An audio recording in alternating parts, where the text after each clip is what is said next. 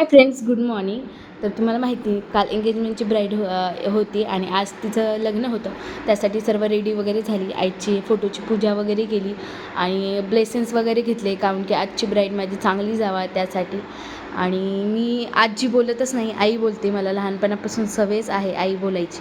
त्यानंतर मेकअप वगैरे डन झाला आणि मेकअप फायनल लूक असा दिसत होता दीदीचा. कमेंट्समध्ये नक्की सांगा कशी दिसत होती काय. आणि सायडर मेकअप 2 होते, ते पण झाले. त्यानंतर मग त्या सर्वजणी गेल्या.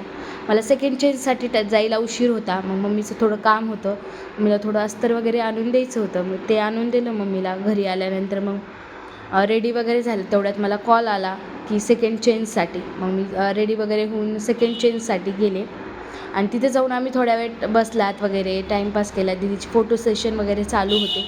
मग फोटो सेशन वगैरे झाले, आम्ही थोड्या वेळ बसलात. मग सेकंड चेंज वगैरे केलं. एवढं घाई गडबड होते, सेकंड चेंजचा फायनल लूक तेवढा घेता आला नाही मला आणि जेवढं मी घेतलं. आणि कसा झाला आहे माझा मेकअप हा पण सांगा. खूप घाई होते. एक मेकअप आर्टिस्ट काही सोपं नाही. तुम्हाला वाटतं प्रत्येकाची लाईफ इझी आहे, पण तसं काही नसतं. आपण ज्या वेळेस जातात आपल्याला तेव्हाच कळतं.